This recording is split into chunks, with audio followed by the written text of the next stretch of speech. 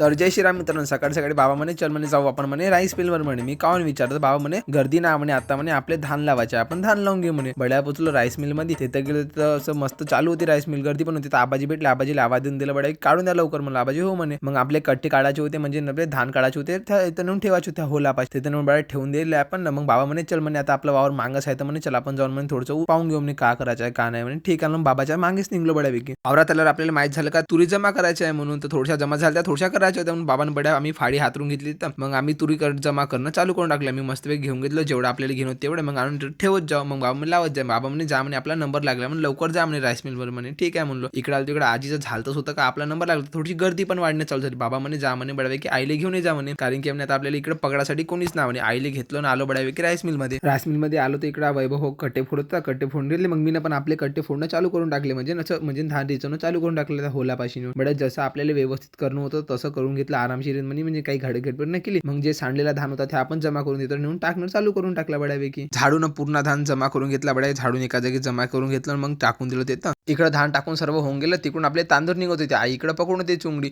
मग मी जाऊन थोडंसं पाहून घेतलं आपले तांदूळ कसे निघताय म्हणून. आपले तांदूळ मस्त पांढरे पांढरे निघत होते. आईने बाबा चुंगडी पकडून येते, बाबा म्हणे या लवकर पकड म्हणे. हो म्हणलं. तिकडे आबाजी दिसले, आबाजी म्हणलं धन्यवाद म्हणलं तांदूळ काढून दिल्याबद्दल म्हणलं. आबाजी हो म्हणे. आणि लगेच आपले कट्टे पण सर्व तयार झालते. मग त्याचं करायचं होतं आपल्याला वजनसाठी मस्तपैकी करून घेतलं. बाबा म्हणे बराबर आपल्याला 50 किलोचा कट्टा करायचा म्हणे. हो म्हणलं. मग बराबर बाबाने व्यवस्थित बड्या मोजून 50 किलोचा कट्टा आपल्याला करून दिला. बाबा नंतर कट्ट्याचं वजन वगैरे सर्व झालं ना, आपल्याला होतं शिवायची. मग विषय वैभव म्हणून आपल्याला शिवून दिलं मस्तपैकी कट्टे वगैरे. मग काय थोडंसं त्रास येत होता, कारण की धावपळ जास्त झाली त्या सकाळी म्हणून. बड्या कट्टे ठेवून दिले तिथंच, कारण की संध्याकाळी नेतो म्हणून. आई म्हणे चल म्हणे जाऊ म्हणे आता घरी. म्हणे ठीक आहे म्हणलं. घरी आलो बड्या फ्रेश वगैरे झालो. तर भेटूया आपण पुढच्या ब्लॉगमध्ये.